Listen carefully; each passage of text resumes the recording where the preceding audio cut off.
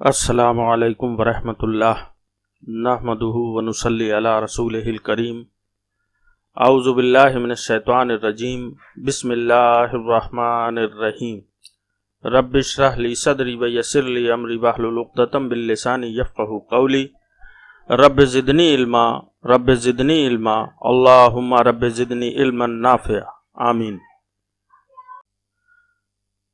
حضرت عبداللہ بن عمر رضی اللہ عنہ سے روایت ہے کہ نبی اکرم صلی اللہ علیہ وسلم نے فرمایا، تم میں سے ہر آدمی نگہبان ہے اور اپنی رعیت کے بارے میں جواب دہ ہے، چنانچہ لوگوں کا امیر ان کا نگہبان ہے اور وہ اپنی رعایا کے بارے میں جواب دہ ہے۔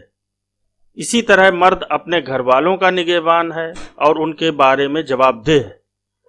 عورت اپنے شوہر کے گھر کی نگہبان ہے اور اس کے بارے میں جواب دہ ہے۔ غلام اپنے مالک کے مال کا نگہبان ہے اور اس کے بارے میں جواب دہ ہے۔ جامع ترمذی۔ اللہ تعالیٰ نے انسان کو اس دنیا میں پیدا کر کے اس لیے نہیں چھوڑا ہے کہ وہ جو مرضی آئے وہ کرتا پھرے اور کسی چیز کی اس کے اوپر کوئی ذمہ داری نہیں۔ حالانکہ اس حدیث کی روح سے انسان کے اوپر اللہ تعالیٰ نے پیدا کرنے کے بعد بے شمار ذمہ داریاں ڈال دی ہیں، اور ان ساری ذمہ داریوں کا جواب دہ انسان کو ہونا ہے۔ یعنی اللہ کے سامنے جب اس کو کھڑا کیا جائے گا تو اسے ان باتوں کا جواب دینا پڑے گا، جیسے کسی قوم کا، کسی جماعت کا، کسی فرقے کا جب کوئی امیر ہوتا ہے، یعنی وہ ایک ایسا عزت دار انسان ہوتا ہے جس کی وہ لوگ بات مانتے ہیں، تو اگر وہ لوگ جو اس کی رعیت میں ہیں کچھ غلط کرتے ہیں تو اس کی جواب دہی اس شخص سے ہوگی۔ اسی طرح ایک مرد جو گھر کا مکھیا ہے وہ اپنے بیوی بچوں کے بارے میں جواب دہ ہے، یعنی اگر اس کے بیوی بچے صحیح راہ نہیں چل رہے تو اللہ تعالیٰ کے سامنے اس کو بھی جواب دینا ہے۔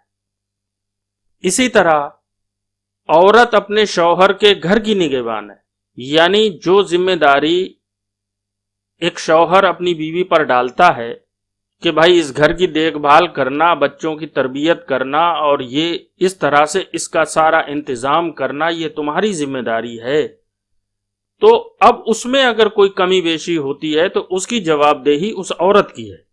اسی طرح ایک غلام، ایک سروینٹ، ایک نوکر، اس کو کسی کام پر لگایا گیا تو جس کام پر اس کو لگایا گیا ہے اس کی ساری چیزوں کی حفاظت کرنا یہ اس غلام کی ذمہ داری ہے، یعنی اپنے مالک کے مال کی حفاظت کرنا اس غلام کی ذمہ داری۔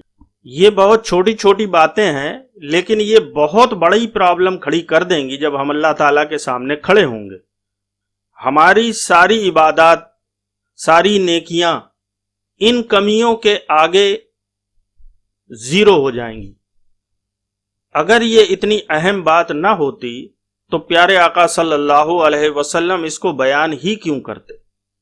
ہم کو یہ چاہیے کہ ہم ان چھوٹی چھوٹی باتوں کی اہمیت کو سمجھیں، اور اگر ہم سے کہیں کوئی کمی ہو رہی ہے تو ہم ان میں بدلاؤ کریں، ان کو سدھاریں اور آخرت کی تیاری کریں، کیونکہ یہ وہ چیزیں ہیں جو ہم سب کچھ کرنے کے باوجود خسارے میں چلے جائیں گے۔ یعنی ہم نے زندگی بھر نیک عمل کرے، اللہ کی عبادت پوری طرح سے کری، لیکن اس کے باوجود یہ کمیاں اگر ہمارے ساتھ ہیں تو اللہ کے سامنے ہم کس طرح جواب دیں گے؟ کیونکہ وہاں تو کسی چیز کا کوئی بدلہ چلنا نہیں ہے، وہاں کوئی رشوت چلنی نہیں ہے۔ تو ان چھوٹی کمیوں میں الجھ کر کہیں ایسا نہ ہو کہ ہماری جنت کی راستہ جو بنا رہے تھے ہم، وہ جہنم کی طرف چلی جائے۔ اللہ تعالیٰ سے دعا ہے کہ پیارے آقا صلی اللہ علیہ وسلم کی ان ہدایات پر، ان باتوں پر ہم سب کو عمل کرنے کی توفیق عطا فرمائے۔ اور ہم سب کو پیارے آقا صلی اللہ علیہ وسلم کے بتائے ہوئے طریقے پر چلنے کی توفیق عطا فرمائے، آمین یا رب العالمین۔